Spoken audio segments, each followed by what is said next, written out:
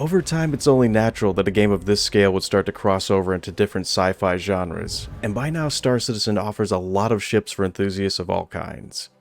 Like for instance, the Aliens franchise has already heavily influenced a lot of their ship designs, like how the Nostromo ended up being used as a reference point for building the Reclaimer, and the Colonial dropship had played a hand in the development of the Valkyrie, or even how the Xenomorphs influenced the architectural style of the Vanduul.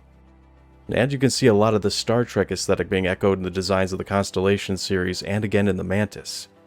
And it's not surprising that Star Wars, which arguably could be considered as one of the most influential series in sci-fi history, has also made its mark on Star Citizen. And you can see this reflected in the concept artwork for the homesteads, which have a very Tatooine-like feel to them. And the Millennium Falcon was also a huge influence in the creation of the Mercury Star Runner. It may not look anything like it, but it was most definitely built with the Falcon in mind. So if the Star Runner is their version of the Falcon, then the Scorpius is a very fitting homage to the X-Wing. But the thing that I like about it is that Star Citizen took the concept and made it their own. Its style is still close enough to be immediately identifiable to any Star Wars fan, while at the same time it manages to define itself among the many different types of bi-wing designed ships that are out there. And if you dig through all the various sci-fi franchises for examples, you'll find that there's a lot of them. And personally, I love how Star Citizen represents all these different styles within their universe, and how they continue to keep adding to it with every passing year. So regardless of which sci-fi series you're a fan of, there's going to be something within it that specifically is going to appeal to what interests you the most. They just need to start working on making some ornithopters and harvesters next. Hi everyone, I'm Law of the West, and this time around I'm going to be talking about the RSI Scorpius. And I won't be discussing the Scorpius in terms of what its specific stat numbers are. Mainly this is because they're always going to be changing, sometimes even from build to build, and however it performs right now is most likely not how it's going to be behaving in future updates. But there are certain aspects of this ship that are for the most part going to be written in stone, so those are going to be the things that I'm going to be focusing on.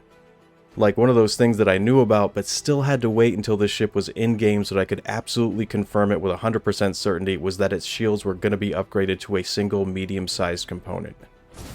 It's also been built to be nearly gold standard complete, and that means all of its components are externally accessible and have already been integrated throughout the ship. And this is one of my favorite parts. It already has an extendable weapons rack that's been built into it.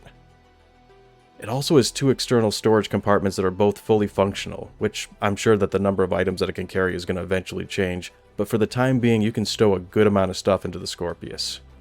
Another thing that's changed about this ship is its missile loadout. The ship matrix had it labeled as having a single size 2 rack that held 8 size 2 missiles. But its in-game spec shows that the Scorpius has 4 racks that can hold 4 size 2 missiles each for a total of 16. Which means that according to the current ship standards, the Scorpius will be able to fire up to 4 missiles at once. The only negative thing about them is that these racks are not customizable, but you can swap its current loadout for any other type of size 2 missile. The pilot has access to 4 size 3 weapon hardpoints, which they can choose to mount a full set of gimbaled size 2 guns, or run with 4 fixed size 3 weapons. Another good thing about the Scorpius is that the wings aren't nearly as fragile as I thought they were going to be. Now, I've still managed to shear off a wing plenty of times while dogfighting, but it feels like it's a lot more difficult to do than I originally thought it was going to be. And speaking of its wings, another thing that I had a lot of questions about was, how is the transforming aspect of its wings going to work? I already knew before it was released that the Scorpius was going to have 2 different flight configurations, so it was a lot of fun to finally be able to play around with them in-game and discover for myself how they worked. And I almost couldn't stop smiling after I came across what I'm about to show you. If you go to the ship's console, there's a button on it that says retract or deploy depending on what mode you're in. If you click on it, it'll either extend out the wings or retract them without affecting whatever's going on with your landing gear. You can also do this manually by pressing left Alt plus K. I don't know exactly what it is about this that I love so much, but I've been waiting for them to detach the wings from the landing gear of a vessel ever since the 2.0 days, and I'm really happy to see this feature finally being built into one of these ships. I also love that the Scorpius doesn't automatically retract the turret when it's landing, or at least it doesn't right now, and hopefully they won't force it to in the future. Another thing that I was happy to finally be able to see firsthand is how the view from the flight deck looks, and I'm happy to say that it's every bit as good as I hoped it would be. Having the center part of the console being cut out seems like such a small thing, but it really adds so much to the overall view.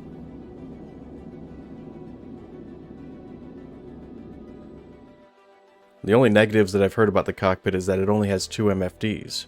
But the devs have already said that this was done intentionally because they're already planning on creating more contextual data that's going to be displayed through the helmet. Next to the wings, the second most defining aspect of the ship has to be the Scorpius turret. And going back to the Star Wars analogy, if this is an X-Wing, then I'm looking at the turret as being the Scorpius' version of an R2 unit. But instead of having the basic functions of an astromech droid, it has 4 size 3 guns mounted onto it. It's remotely operated, and I love these kinds of turrets because they always provide the gunner with the best view to work with.